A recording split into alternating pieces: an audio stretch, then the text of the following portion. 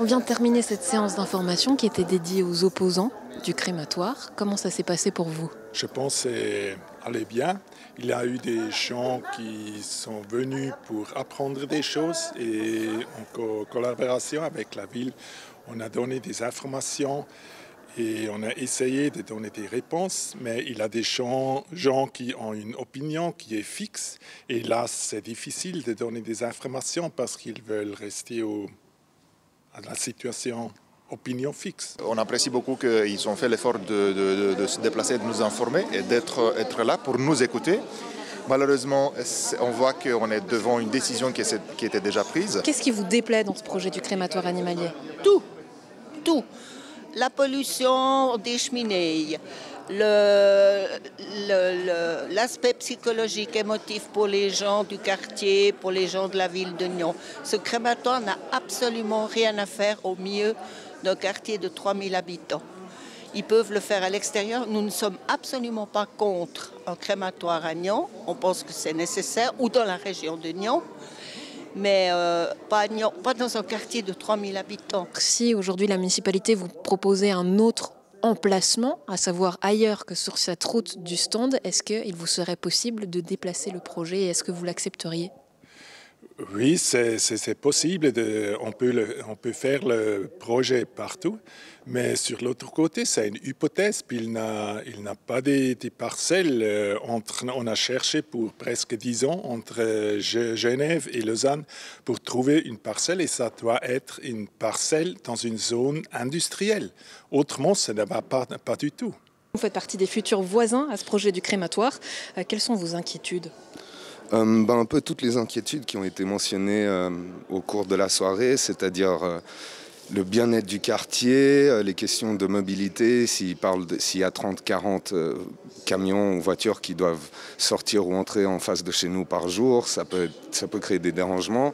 Et c'est surtout cette histoire de cheminée. Est-ce qu'il y a des nuisances, oui ou non? Non, parce que la technologie de cette installation ça a développé dans les derniers 20 ans énormément. Et cette ordonnance, c'est une ordonnance très très stricte et ce sont des lois qui sont les plus strictes de l'Europe. Ce soir, la municipalité a annoncé délivrer le permis de construire. Est-ce que vous allez faire opposition? Bien sûr, je pense comme tout le monde qui était ici. Je pense qu'il n'y a pas une seule personne qui ne va pas faire opposition. C'est déjà décidé. Nous sommes à 20 mètres en face du crématoire. Les cheminées, elles sont à 20 mètres de nos fenêtres. Moi, je suis écœurée que la municipalité n'envisage même pas de pouvoir faire un refus d'autorisation. Je m'y attendais quand même un petit peu de leur part, d'une municipalité soi-disant de gauche, verte, un peu moins maintenant. Je pensais qu'ils allaient refuser ce projet, mais cette autorisation, mais je suis déçue, vraiment profondément déçue, mais on va lutter contre. Vous représentez l'ATE, ce soir vous sembliez faire partie des heureux et rassurés par les réponses de la municipalité. Je crois qu'on faisait partie peut-être des rares heureux, mais c'est vrai que pour nous ce qui était important c'est qu'on puisse développer cette voie de mobilité douce à côté de ce qui pourrait être le crématoire ou pas. Et puis aujourd'hui on a eu ce soir des confirmations de la municipalité et ça reste très important. On est là parce que nous sommes une entreprise, c'est un projet, c'est un business. Et notre business est soutenir les propriétaires d'animaux dans une très difficile situation. Si les gens peuvent voir quelle est la situation réelle à Dubendorf et à Seonn, puis je pense que c'est une information en plus qui peut donner de compréhension de la situation et de notre business et ils peuvent voir que c'est la vérité qu'on dit. Vous vous engagez donc à organiser un voyage jusqu'à Dubendorf et Seonn? Oui, on veut le faire et on est en discussion avec la ville comment on peut l'organiser. On doit vous contacter directement? Oui, on peut, volontiers.